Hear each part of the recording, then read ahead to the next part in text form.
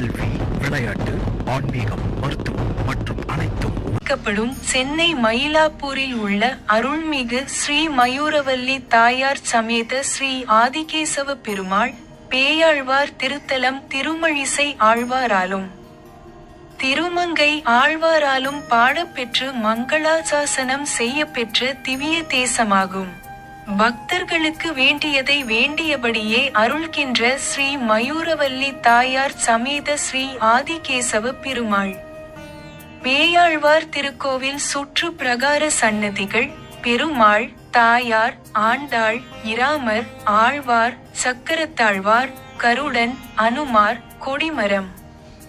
புஷ்கரிணி மற்றும் இராஜ கோபுரம் உள்ளிட்ட விமானங்கள் அனைத்தும் புதுப்பிக்கப்பட்டு குரோதி வருடம் கார்த்திகை மாதம் 5ஆம் நாள் நவம்பர் 20, 2024 புதன்கிழமை பஞ்சமி திதி